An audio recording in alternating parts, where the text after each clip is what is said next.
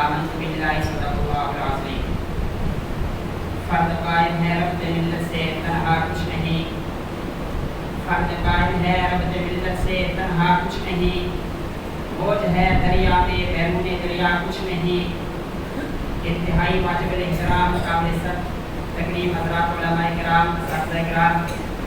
तलबाए इस्लाम और अहले मोहल्ला के भाइयों सुन्नी मुसलमानों, आज आप हज़रात के सामने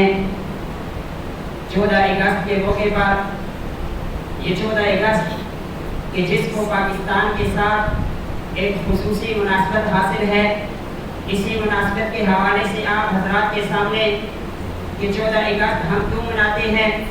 14 अगस्त मनाने का मकसद क्या है और 14 अगस्त का तारीख से ताल्लुक़ क्या है। 14 अगस्त ये वो अजीम दिन है कि जिस दिन मुल्क पाकिस्तान दुनिया के नक्शे पर एक मुस्तक़िल खुदादाद मुमलकत को बढ़कर उभरा था और ये वो अजीम मुल्क है कि जिस मुल्क के लिए उलमाए किराम ने कुर्बानियाँ दी थी। आज मैं आप हज़रात के सामने उन्हीं उलमा का किरदार कि जिन्होंने पाकिस्तान बनाने के लिए कुर्बानियाँ दी। उलमा ने पाकिस्तान बनाने के लिए कुर्बानियाँ क्या दी कि जब इस तहरीक आज़ादी का आगाज़ होता है तो इस आगाज़ में सबसे पहले जो हज़रात हिस्सा लेने वाले हैं, तारीख़ में आता है, तारीख़ की किताबों को जब पढ़ा जाता है तो पता चलता है कि इस आज़ादी में सबसे पहले हिस्सा लेने वाले लोग वो उलमाए किराम थे। अगर उलमाए किराम इस तहरीक का हिस्सा ना बनते, अगर उलमाए किराम बानी पाकिस्तान कायद आज़म मोहम्मद अली जिन्ना के साथ खड़े ना होते तो पाकिस्तान कभी भी इस तरह तरक्की ना करता और पाकिस्तान कभी भी दुनिया के नक्शे पे उभर ना सकता। लेकिन उलमाए किराम ने पाकिस्तान के मुल्क के पूरे अर्ज़ में फैल गए, जलसे जुलूसों का एहतमाम किया, लोगों ने आज़ादी की अहमियत को उजागर किया और आज़ादी की अहमियत को उजागर करने के साथ साथ जहाँ पर कुर्बानी की ज़रूरत पड़ी वहाँ पर कुर्बानी दी, जहाँ पर माल की ज़रूरत पड़ी वहाँ पर माल दिया और अंग्रेज़ के सामने सप्लाई हुई दीवार बनकर बानी पाकिस्तान का साथ दिया। सामईन गिरामी, मौलाना अशरफ अली थानवी रहमतुल्लाह अलैह और उनके शागिर्द और मकाम से मौलाना शफी देवबंदी रहमतुल्लाह अलैह, मौलाना शबीर अहमद उस्मानी रहमतुल्लाह अलैह, मौलाना मुज़फ़्फ़र अहमद उस्मानी रहमतुल्लाह अलैह और मौलाना इदरीस कादिरी रहमतुल्लाह अलैह, ये वो अजीम शख्सियात है कि जिन्होंने देवबंद मकतबा फ़िक्र की क़यादत और सियादत करते हुए इस तहरीक आज़ादी का हिस्सा बने। और इसी तरह पीर जमात अली शाह और मौलाना अबुल हसनात रहमतुल्लाह अलैह और दीगर उलमाए बरेलवी ने बरेलवी मकतबा फ़िक्र से उलमा की क़यादत करते हुए तहरीक आज़ादी का हिस्सा बने। जबकि अहले हदीस उलमा में से मौलाना दाऊद गज़नी रहमतुल्लाह अलैह और उनके रुफ़क़ा और उनके शागिर्द इस तहरीक का हिस्सा बने और इस तहरीक का हिस्सा बनने के साथ साथ पाकिस्तान को आज़ाद भी करवाया। आज एक खास तबका उलमा पर यह ताज़ा तशरीह करता है कि उलमा ने इस तहरीक आज़ादी में कोई किरदार अदा नहीं किया, उलमा इस तहरीक के खिलाफ थे, हालांकि ये हकीकत के बिल्कुल खिलाफ है। और इसके खिलाफ होने की वजह यह है कि जो हज़रात और जो उलमा ये मौक़िफ़ रखते थे कि पाकिस्तान को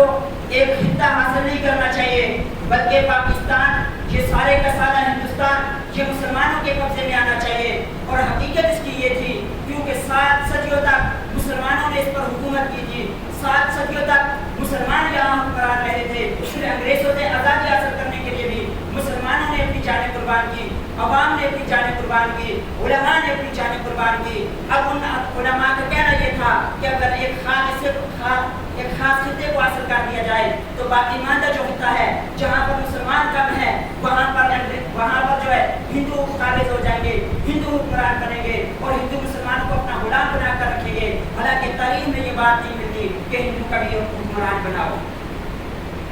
इसकी असल वजह ये थी कि एक खास खित्ते को हासिल न किया जाए बल्कि पूरे हिंदुस्तान को हासिल करके मुसलमानों को इसकी हुकूमत दी जाए। और इसके लिए मैं आपको एक वाक़या पेश करता हूँ जिससे उलमाए हक़ की तारीफ़ भी होती है कि कायद आज़म मोहम्मद अली जिन्ना रहमतुल्लाह अलैह वो मौलाना अशरफ अली थानवी रहमतुल्लाह अलैह के पास आते रहे और आकर ये कहते थे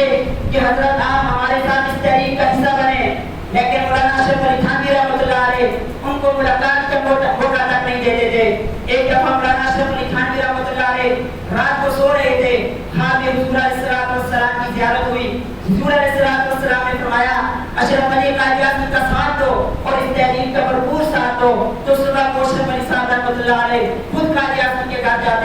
اور جا کر کہتے کہ اس تحریک کو چلاتے رہو، ہم بھی آپ کے ساتھ ہیں۔ اسی طرح علماء کی قربانیاں ہیں کہ علماء نے قربانیاں دی، عوام نے قربانیاں دی تو ملک پاکستان وجود میں آیا۔ جب ملک پاکستان وجود میں آیا 14 اگست 1947 کو تو بانی پاکستان قائد اعظم محمد علی جناح نے مشرقی پاکستان کے شہر کراچی میں قومی پرچم لہرانے کا اعزاز مولانا شبیر احمد عثمانی رحمۃ اللہ علیہ کو، جبکہ مغربی پاکستان کے شہر ڈھاکہ میں قومی پرچم لہرانے کا اعزاز مولانا مظفر احمد عثمانی رحمۃ اللہ علیہ کو دیا، جو اس امر کا واضح ثبوت ہے کہ علماء کی اس وطن کے ساتھ کتنی قربانیاں تھیں اور علماء اس کے لیے کتنی محبت کرتے تھے۔ لیکن آج وطن ہم سے کیا مطالبہ کرتا ہے؟ علماء کی قربانیاں ہم سے کیا مطالبہ کرتی ہے؟ عوام کی قربانیاں ہم سے کیا مطالبہ کرتی ہے؟ بانی پاکستان نے پاکستان بنایا کیوں تھا؟ پاکستان بنانے کا مقصد کیا تھا؟ پاکستان بنانے کا مقصد یہ تھا کہ ایک ایسی مملکت ہو کہ جس مملکت کے اندر مسلمان اللہ اور اس کے رسول کے نظام کو قائم کر سکے، یہ ایک ایسی مملکت ہو کہ جس میں دنیا بھر کے بکھرے ہوئے مسلمانوں کو یکجا کر